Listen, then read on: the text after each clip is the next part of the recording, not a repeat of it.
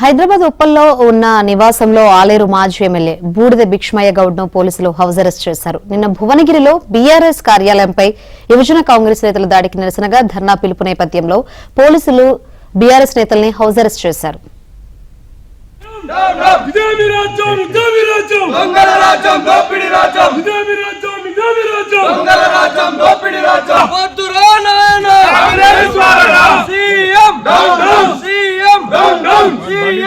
నిన్న జరిగినటువంటి బీఆర్ఎస్ కార్యాలయం మీద జరిగినటువంటి దాడిని ఖండిస్తున్నామని చెప్పి పిలిపిస్తే, ప్రజాస్వామ్యయుతంగా పిలిపిస్తే ఇవాళ హౌస్ అరెస్టు అక్రమంగా చేసి ఎవరిని కూడా బయటికి వెళ్లకుండా హౌస్ అరెస్ట్ చేయడాన్ని పూర్తిగా ఖండిస్తా ఉన్నాం.